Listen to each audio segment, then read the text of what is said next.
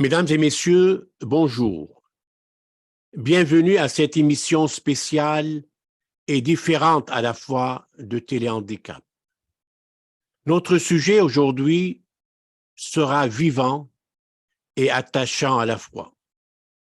Nous vivrons ensemble ce contact entre l'humain et l'animal, et j'ai nommé le cheval, au service des personnes vivant avec la paralysie cérébrale et d'autres handicaps. Je suis en compagnie aujourd'hui de deux femmes exceptionnelles. La première, ayant un enfant vivant avec la paralysie cérébrale. L'autre est celle qui a changé la vie de cet enfant, et ce grâce à la zoothérapie et plus précisément à l'équitation.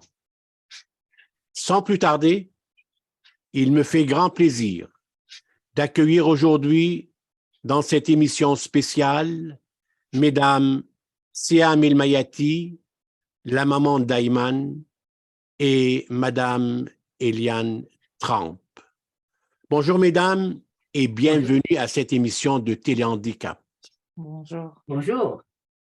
Je voudrais tout d'abord commencer avec Madame El-Mayati, qui a un enfant vivant avec la paralysie cérébrale. Siam est une directrice de développement, planification stratégique. Elle est gestionnaire aussi des projets d'équipe pour trouver des solutions permettant de réduire les coûts des entreprises en optimisant les revenus d'une part, mais d'autre part, vous êtes la maman d'Ayman. Tout d'abord, je voudrais commencer avec vous pour comprendre que s'est-il passé durant l'accouchement d'Ayman et les étapes qui ont suivi son développement jusqu'à aujourd'hui. Bon, merci Monsieur Khoury. Je vous remercie. Je suis honorée sincèrement de faire partie de cette émission en votre compagnie et en compagnie de Madame Tramp. En fait, vous faites bien de me poser la question par rapport à l'accouchement, bien que le médecin m'ait dit que c'est in vitro, tout était beau, mais il y a eu des moments d'inquiétude dans les premières 24 heures de la naissance d'Ayman.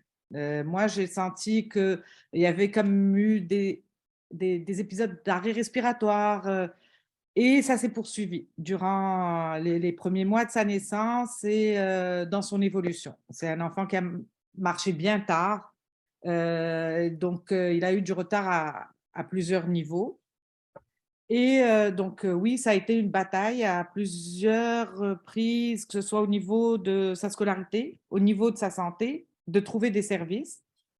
Et donc, pour nous, on savait que pour obtenir quelque chose, il fallait qu'on aille de l'avant, qu'on fonce, qu'on fasse nos recherches. Et dans notre cheminement, on m'avait souvent parlé de faire l'équitation à mon fils. Souvent, souvent. Et je ne savais pas par où commencer, où m'adresser et tout. Jusqu'à ce que j'ai fait un peu le tour autour de nous. Et la vérité, c'est une amie qui m'a offert la première séance pour mon fils pour l'anniversaire d'Ayman. C'est elle qui m'a fait découvrir Madame Tra. Ah. Dans ce temps-là, Ayman avait très peur des animaux. Et je me disais, comment on va passer outre, comment on va faire et tout. Mais sérieusement, c'était formidable parce qu'elle a su comment capter l'attention d'Ayman, chose qui n'est pas facile. Elle l'a mis dans une zone de confort incroyable. À chaque séance, on voyait la symbiose qui se développait avec le cheval. Donc, vraiment, c'est le cas de le dire, c'est de l'équithérapie. Il était sur le cheval et Madame Tramp confirmera est-ce que j'ai mal perçu ou pas, mais il était serein et paisible après sa séance. Bien sûr, il était fatigué, Oui. mais il n'y avait aucune colère, une zénitude totale. Oui. Donc, vraiment, pour moi, c'est dommage, c'est quand même loin, mais on le faisait avec plaisir parce qu'on savait que c'était les meilleurs moments pour Ayman, pour être heureux. Donc, j'en profite de l'occasion pour la remercier infiniment parce qu'elle est exceptionnelle comme personne. Ce n'est pas parce que je l'ai en face, mais je vous le dis, on a côtoyé du monde dans notre vie et on sait faire la différence des personnes qui sont dévouées pour ce type de cause. C'est exceptionnel d'entendre ces choses. C'est pour cela je vais vers Madame Trump pour savoir qu'elle a déjà, elle est diplômée en études équines, un certificat en psychologie et vous possédez une licence d'entraîneuse pour cheval et vous faites partie de la Fédération québécoise d'équitation thérapeutique. Maintenant, tout d'abord, parlez-nous de vous pour mieux vous connaître et surtout pour votre passion envers les animaux et plus spécifiquement les chevaux. Merci, Dr. Khoury. Merci de m'avoir invitée. Je suis également très heureuse de pouvoir parler avec vous aujourd'hui et avec Siam. Et je suis toujours heureuse de parler de l'équitation thérapeutique, bien sûr. Alors, j'ai toujours aimé les chevaux, bien sûr, mais venant d'une grande famille, on n'avait pas le moyen d'avoir ça, ni de prendre des cours. Alors, j'ai commencé quand j'étais adulte, maman de 2 jeunes enfants. J'ai eu un petit moment de liberté un été. J'ai pris des cours et j'avais 30 ans à cette époque-là. Et je n'ai jamais cessé. J'ai confirmé mon amour des chevaux, mais surtout le bonheur que ça m'apportait et les bienfaits que ça avait chez moi. Donc, je suis ma première cliente, je vous dirais, là, parce que je vivais des moments de bonheur quand j'allais au centre équestre. Ça n'a pas été long, j'ai acheté mon cheval et tout. Et j'ai décidé, parce que je suis je fais le chemin pour bien des gens dans bien des domaines, je dirais. J'ai décidé de faire une formation pour devenir cavalière, les différents niveaux, ensuite instructeur. Et au moment où mes collègues instructeurs se dirigeaient vers la compétition, je n'avais pas d'intérêt pour ça. Et un jour, par hasard, j'ai rencontré un papa qui avait une petite fille autiste et qui voulait simplement le faire un tour de cheval. Et je dis bien sûr. Et durant ce petit moment-là, j'ai vécu une expérience émotive assez particulière et je me suis dit, il y a quelque chose là. Et comme j'aimais les chevaux, j'aimais l'enseignement, j'adorais les enfants, j'en avais d'ailleurs 2 petites filles, que j'ai encore, là, bien sûr. Et donc, pour faire une histoire courte d'une histoire très longue, j'ai découvert l'Association canadienne et j'ai fait le cheminement pour les formations, autant avec Cheval Québec que la Fédération équestre canadienne, que l'Association canadienne, que la Fédération québécoise. Alors, quand je m'investis, je ne le fais pas à moitié. Donc, je voulais m'assurer d'avoir la connaissance et la compétence nécessaires pour explorer ce domaine-là qui est l'équitation pour les gens, enfants et adultes, avec des besoins particuliers. Alors, c'est comme ça qu'au fil du temps, je me suis impliquée sur le conseil d'administration de la Fédération provinciale et de l'Association nationale pour laquelle je travaille maintenant. Et vous savez très bien que l'Association de paralysie cérébrale reconnaît la thérapie pour ses membres au niveau de l'équitation. Vous êtes consciente de ça, là? Oui, je suis consciente de cela et j'ai eu la chance de participer à un projet de recherche avec une ergothérapeute dans le cadre de sa maîtrise et de son doctorat pour expliquer, pour définir scientifiquement les bienfaits de ce qu'on appelle l'hypothérapie chez les personnes qui ont des besoins particuliers, particulièrement en réadaptation physique. Alors, c'est là que j'ai découvert les mécanismes du cheval, ce qu'ils sont et ce qu'ils font dans le corps de l'humain. Et donc, j'ai compris. Je le faisais par instinct avant, maintenant je le fais parce que j'ai plus de connaissances et c'est sans contredit. L'équitation apporte un grand bienfait aux individus, qu'ils aient des besoins spéciaux ou non. Par contre, lorsque ce sont des individus qui viennent nous voir, qui ont des besoins particuliers, dont la paralysie cérébrale, les bienfaits chez eux sont décuplés. Parce qu'au départ, ils ont beaucoup de restrictions dans leur quotidien pour toutes sortes de raisons, à la maison, à l'école, dans leur vie sociale. Et ils rencontrent beaucoup d'embûches. Et nous, par l'équitation, on va les aider à aplanir ces embûches-là. On va les aider à aller au-delà de ce qu'ils pensent que sont leurs capacités. Et ça fait au-dessus de 30 ans que je fais ce métier-là et j'ai été témoin de maintes et maintes fois des bienfaits chez nos gens, chez nos cavaliers, jeunes, moins jeunes ou adultes. Donc, je suis privilégiée de travailler avec ces gens-là, ces familles-là, parce que ça va bien au-delà de l'individu à un certain moment donné. C'est sûr. Voilà. Alors, ça bénéficie aussi à la famille. Et évidemment, pour faire ce métier-là particulier en lien avec l'équitation dite thérapeutique, il faut avoir un tempérament pour ça. Il faut aimer beaucoup, beaucoup les enfants et les individus en général. Il faut vouloir cheminer avec eux, avec plaisir. C'est excellent. Maintenant, je retourne à Mme Nmayati, c'est que je vois que vous êtes rentré en contact avec le centre équestre Élixir et je voudrais savoir cet événement qui a eu effet sur votre fils Ayman. Que s'est-il passé pour adopter cette formule qui a changé complètement la vie de votre enfant en fréquentant le cheval ou même ce qu'on appelle l'animal qui a toujours eu peur de s'approcher vers un animal quelconque et maintenant elle est devenue un ami intime à ce cheval. Pourriez-vous nous parler un petit peu de cet effet-là? Oui, bien sûr. Moi, je vous dis mon regard de l'extérieur. C'est-à-dire, Madame Trump, elle a fait cheminer Ayman par rapport à ça. Mais moi, mon regard de l'extérieur, la première fois quand il est arrivé, juste à toucher le cheval, il était un peu réticent.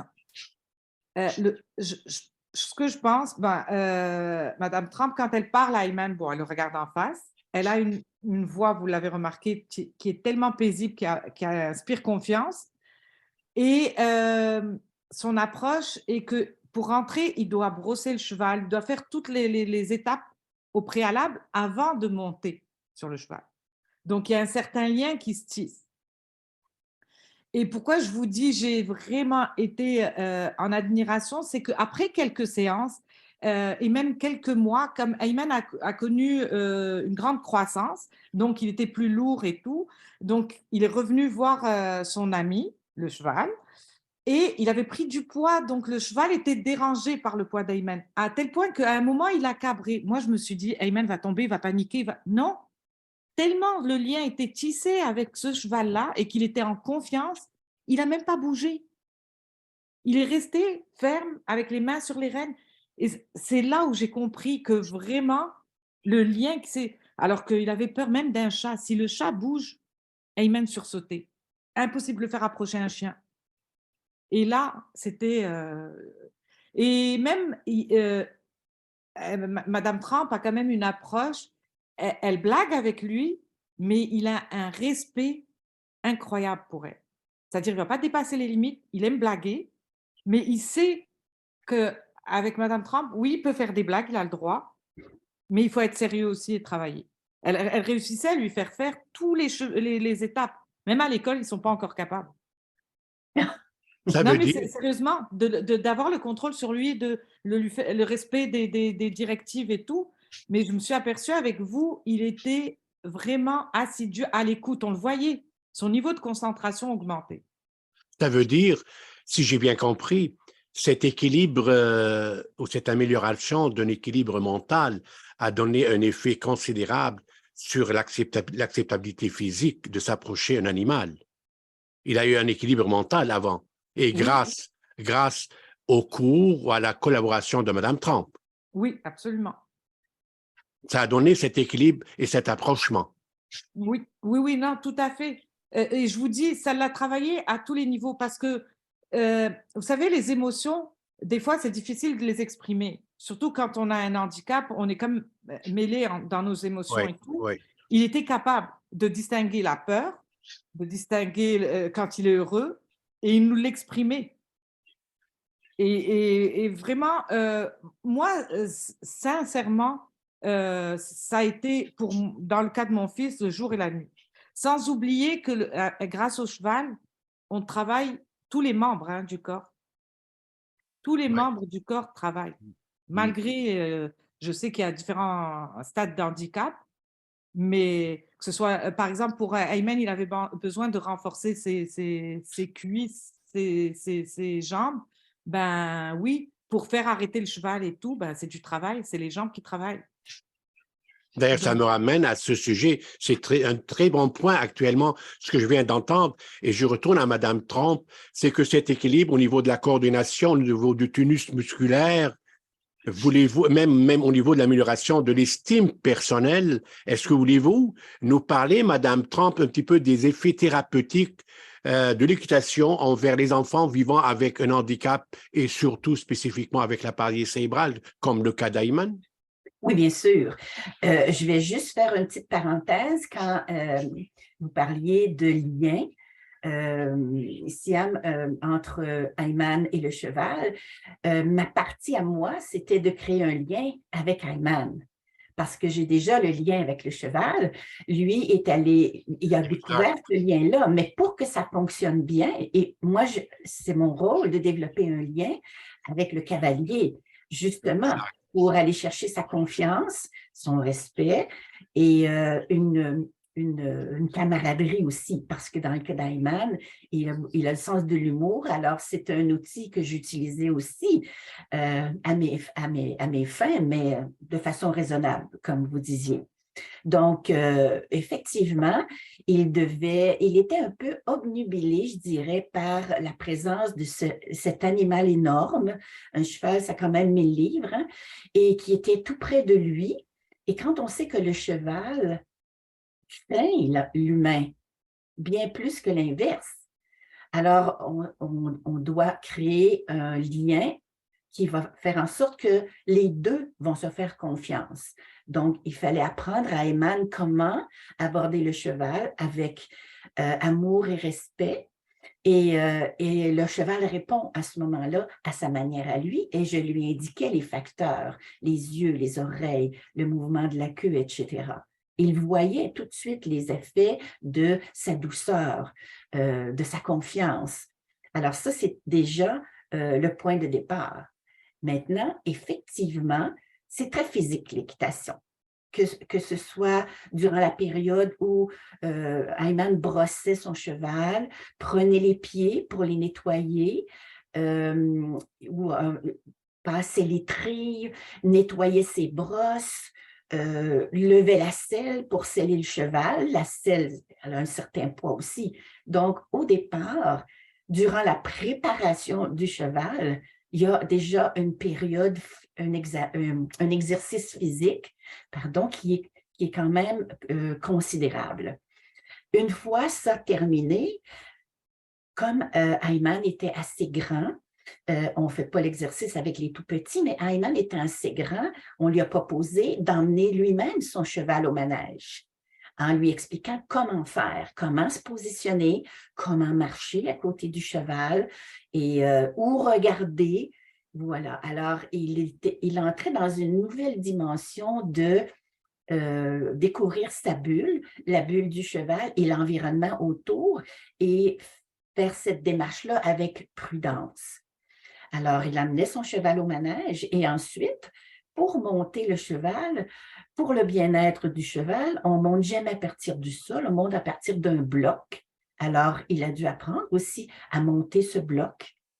Et une fois monté sur le bloc qui avait 2 marches, là, il se retrouvait tout à coup à une hauteur inhabituelle pour lui, où il devait se mettre en équilibre sur une jambe. Alors, voyez-vous, tout ce qu'il est en train de découvrir, appuyer ses mains sur le cheval, lever une jambe, il est déjà à 2,5 pieds du sol, là. Alors, il y a toutes ces émotions qu'il vivait de excitation, un peu de peur, déséquilibre, confiance, et tout ça mélangé.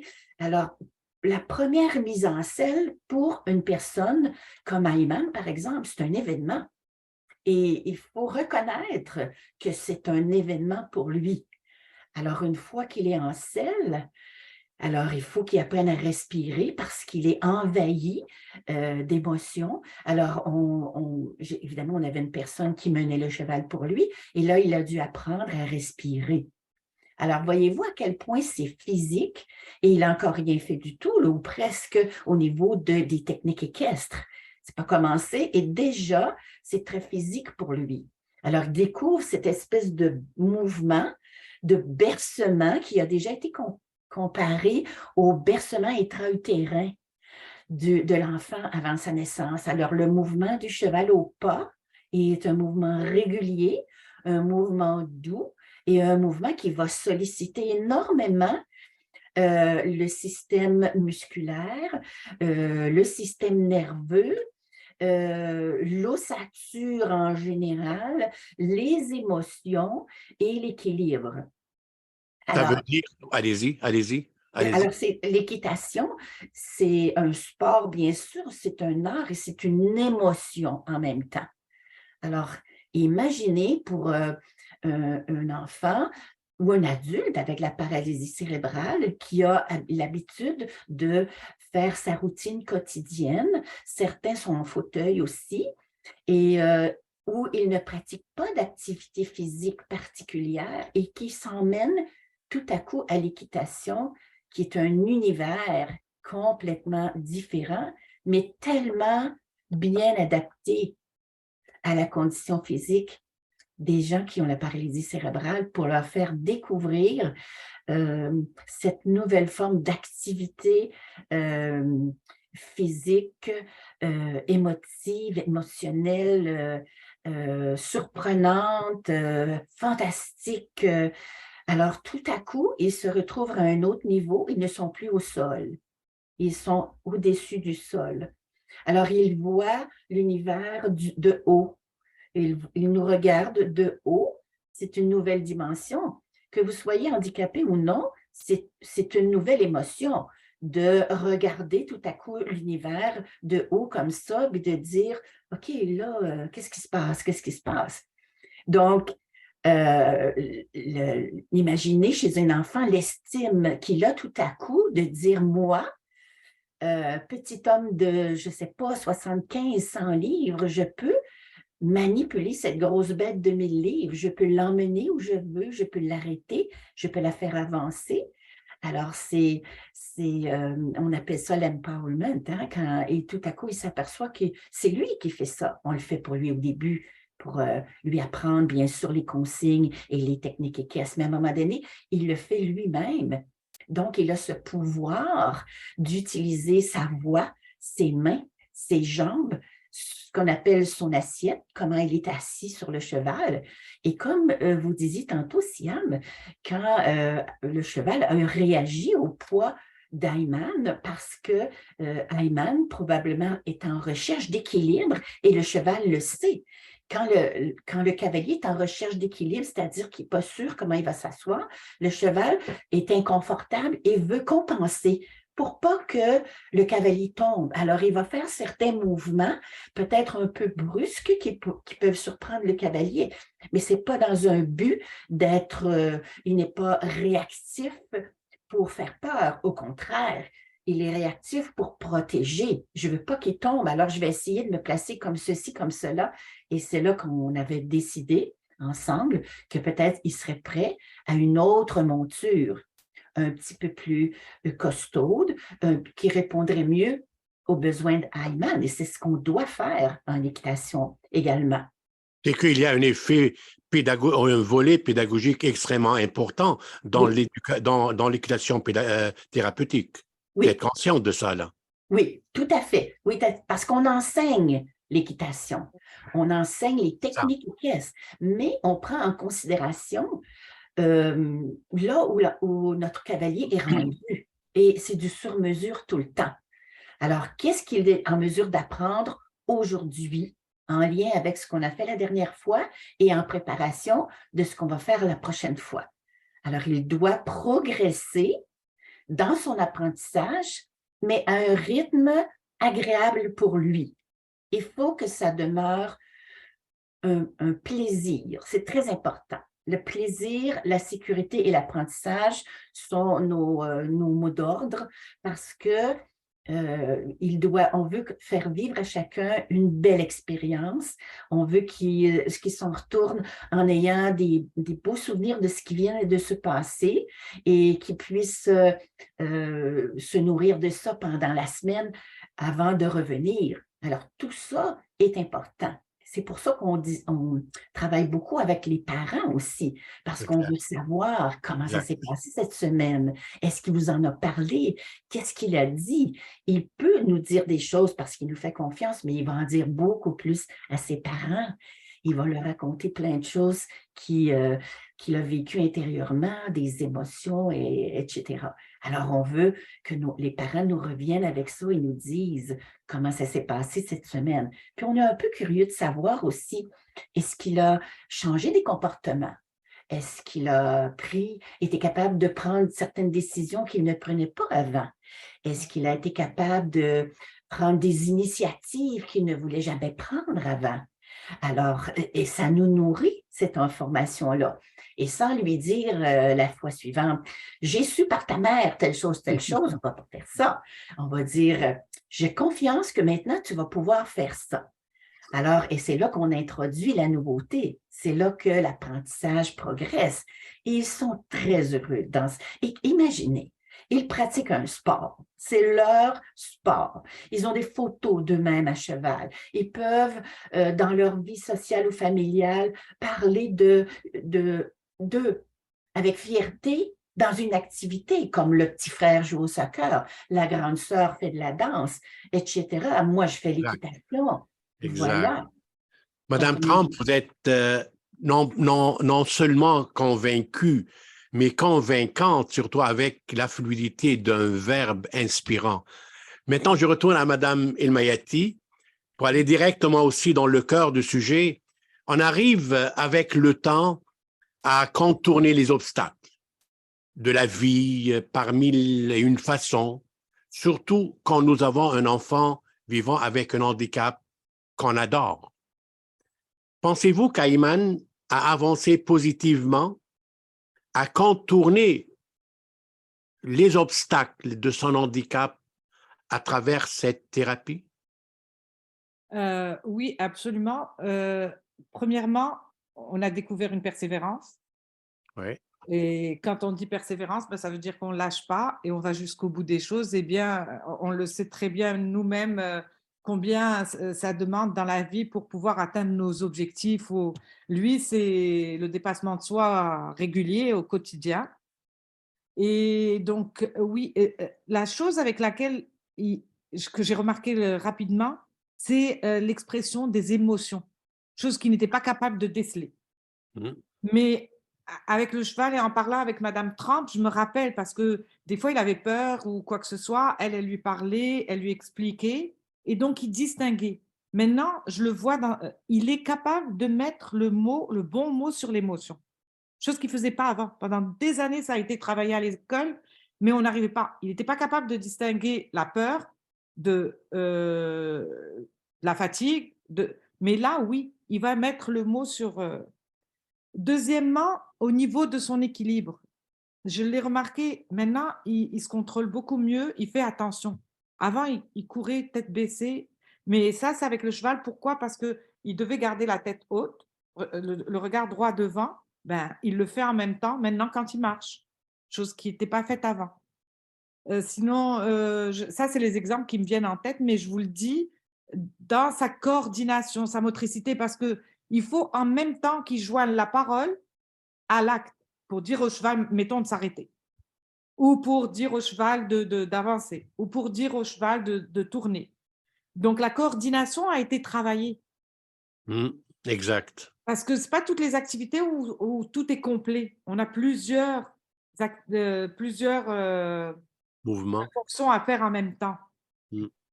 Donc, ça, c'est, écoutez, moi, je suis qu'une novice, hein. Moi, je vous parle en tant que mère qui voit de son œil de maman et non pas d'experte ou de professionnelle. Est-ce qu'il est conscient, Ayman, de ce développement? Moi, surtout au niveau de ses émotions, je le lui ai dit. Au Oui. niveau de sa démarche, je le lui ai dit parce que je voulais qu'il maintienne ça pour qu'il sache qu'on est fiers et qu'on a remarqué. Et oui, et il le sait que ça provient du cheval. D'ailleurs, il le réclame. Il réclame. C'est avec ce changement radical qu'il a vécu, avec cet approchement envers l'animal et surtout le cheval. Oui. Ça, c'était vraiment inspirant. C'est un changement radical dans sa vie, là. Sérieux, sincèrement, je vous le dis. Quand j'ai été la première fois, on m'a parlé des bienfaits. Et moi, je viens du Maroc. J'ai de la famille qui évolue dans le monde de l'équitation. Je sais, et en plus, le cheval, c'est quand même un animal très, comment dire, pas imposant, mais de la belle manière. C'est royal. C'est vrai. Mais je ne pensais pas que ça pouvait apporter autant. Mais je vous le dis, c'est concret, je l'ai vu de mes propres yeux. En quelques semaines, on voyait déjà une amélioration incroyable. Moi, en tout cas, j'y crois tellement. Le bienfait, c'est… Je vais vous ajouter un mot. Peut-être vous n'osez pas le dire, mais moi, je vais vous le dire, parce qu'il est aussi entouré de beaucoup d'amour de sa famille, de ses frères et sœurs, de ses parents. Je ne vous le dis pas pour vous faire plaisir, ça c'est vrai.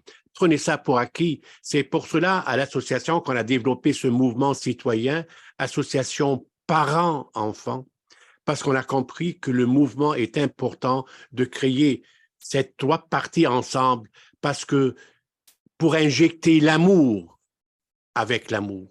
Si on n'a pas ça, c'est la souffrance absolue de différentes personnes actuellement vivant avec un handicap et autre chose. C'est pour cela cet entourage familial qui lui a donné cet espoir de continuer et d'atteindre des objectifs de ce genre.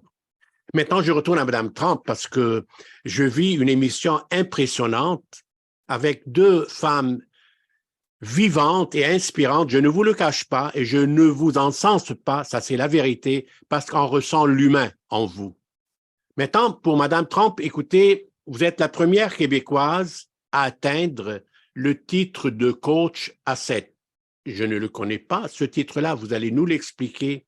Ce titre vous a été décerné pour votre implication majeure dans le développement de l'équitation thérapeutique au Québec. Voulez-vous nous parler de ça, s'il vous plaît? Oui. Alors, je suis impliquée dans le domaine équestre depuis au-delà de 35 ans maintenant. Et Oui. De par ma nature, quand je m'implique dans quelque chose, j'y vais pas du bout des doigts. Alors, j'y vais à pleine main et qui même me suivent. Et si ça n'existe pas, ce que je cherche, je vais le créer. Alors, c'est vraiment mon tempérament qui fait que j'ai œuvré énormément auprès de l'association, la Fédération québécoise d'équitation thérapeutique. Et je suis, dès sa naissance, dès sa création plutôt, j'ai siégé sur le conseil d'administration et j'ai développé énormément avec une équipe, évidemment, pas toute seule, c'est toujours un travail d'équipe. Et j'ai créé mon programme qui est maintenant au Centre Équestre Elixir, qui s'appelle Les Amis de Joey, à partir de rien. Avec beaucoup d'improvisation et j'ai éventuellement découvert l'association canadienne. J'ai fait mes classes. Il n'y avait rien au Québec à l'époque, pardon. Donc, je suis allée me former en Ontario et j'ai fait des stages là-bas. Et je suis également allée aux États-Unis. Je voulais voir comment ça se passait là-bas. Et donc, j'allais pendant j'ai travaillé à temps plein aussi, alors j'allais pendant mes vacances, etc. Quand on veut, quand on est déterminé. Hein. Alors, j'ai appris énormément à observer, à essayer, essai-erreur, et je suis revenue avec la ferme conviction qu'il fallait développer ça au Québec sans nécessairement réinventer la roue. Donc, à l'aide de collègues ontariens, le Québec a joint l'Association canadienne et à partir de là, on a francisé tous les documents et on a, comme les examens officiels se passaient tous en Ontario ou dans le reste du Canada, j'ai dit, bien, il faut une place pour que ça se passe en français au Québec. Donc, j'ai créé le premier centre d'examen au Québec. Et à force de développer et de jouer du coude un peu, j'ai créé un programme avec également le Cégep de Sorel où on offre maintenant, plus depuis COVID, mais on espère que ça va revenir, mais une formation collégiale en équitation thérapeutique. Alors, toutes ces démarches-là ont fait que après un certain temps, l'Association canadienne m'a accordé ce titre-là, qui est un titre convoité, mais qu'on ne peut pas demander, qu'on doit attendre d'y être invité. Donc, c'est avec plaisir que j'ai accepté, bien sûr. Et depuis, je continue à faire du développement. Je suis plus vieille maintenant, donc c'est pour ça que Mme Péloquin au Centre équestre a pris le relais. C'est une belle jeunesse qui a une philosophie extraordinaire et qui est extrêmement dévouée à la cause, mais je suis toujours en soutien de toute personne au Québec qui désire cheminer dans ce domaine-là. Et ce n'est pas fini. Il y a d'autres projets qui s'en viennent et je désire en faire partie. Je désire faire partie de l'équipe qui développera dans la mesure où c'est fait, par contre, selon notre philosophie, dans le respect de la personne, au rythme de la personne et avec beaucoup d'amour aussi. Alors, je me souviens, vous parliez de l'humain, Dr. Coury. Alors, quand Ayman arrivait au centre équestre pour sa leçon, moi, ce que je voyais devant moi, c'est un beau jeune homme qui s'en venait apprendre l'équitation. C'est tout. Je voyais Ayman, ce beau jeune homme, et il devait respecter les règles. Et j'étais ferme dans les règles. Et je lui disais des choses comme « Oui, tu es capable, c'est ton tour. J'en ai assez fait pour toi. Alors, vas-y maintenant. Tu es capable de faire cela. » Et je lui disais « Regarde devant toi, tu ne regardes pas à la bonne place. Là. Tu dois regarder, être attentif, sois prudent. » Et alors, il blaguait beaucoup, mais c'est correct aussi, j'aimais ça. Moi, mon enseignement est fait avec beaucoup d'humour. Et je lui disais des choses, je parlais au jeune homme. Comprenez-vous, je ne parlais pas à l'enfant avec un handicap. Et je parlais au jeune homme devant moi qui venait apprendre l'équitation. Et c'est pour ça, je crois que ça fonctionne si bien. C'est quand on voit devant nous l'humain qui est là et qui a l'humilité de venir pour apprendre quelque chose. Quand on prend des cours, ça se prend une dose d'humilité, mais qui, en me rencontrant, a compris qu'il y a des règles. Et là, je fais semblant d'avoir l'air mauvaise. Et j'y arrive jamais, bien sûr. Et je dis, il y a des règles à respecter ici. Alors, dans l'écurie, tu ne dois pas parler fort, tu ne dois pas courir, sinon tu vas exciter ton cheval. Alors, je lui rappelais, attention, qu'est-ce que j'ai dit tantôt? Donc, si on veut arriver à nos fins, à des fins positives pour nos gens, que ce soit des gens qui ont la paralysie cérébrale ou en dépression ou souffrant d'anxiété sévère. Depuis COVID, les enfants souffrant d'anxiété sévère, c'est hallucinant. Les enfants sur le spectre de l'autisme, dépendamment où ils sont sur le spectre, bien sûr. Alors, il faut tout d'abord les accueillir comme des personnes humaines. Alors, oui, allez-y. C'est comme ça qu'il faut les voir. Oui. Et en même temps, on se présente, puis on dit, moi, je fais ça ici, je suis un professeur et j'enseigne. Et est-ce que tu aimes ça, les examens? Alors, dépendamment de la réponse, je vais dire oui ou non. Mais je vais m'adapter à l'individu qui est devant moi. Je vais entrer en lien. C'est très important. Pas parce que c'est une personne handicapée, parce qu'elle vient apprendre un sport qui a des règles de sécurité. Et je sais que c'est un sport exigeant physiquement, comme le disait Siam tantôt. Alors, c'est important d'être à la tâche, dans le moment présent. Madame Elmayati, Oui. Madame Trump, je vous remercie infiniment pour cette générosité inspirante. Ce fut un moment vraiment très agréable de vous entendre. Mesdames et messieurs, je vous invite à visiter Téléhandicap et surtout ne pas oublier de devenir membre pour que le soleil se lève à l'horizon pour de meilleurs lendemains. Je vous remercie. Merci à vous.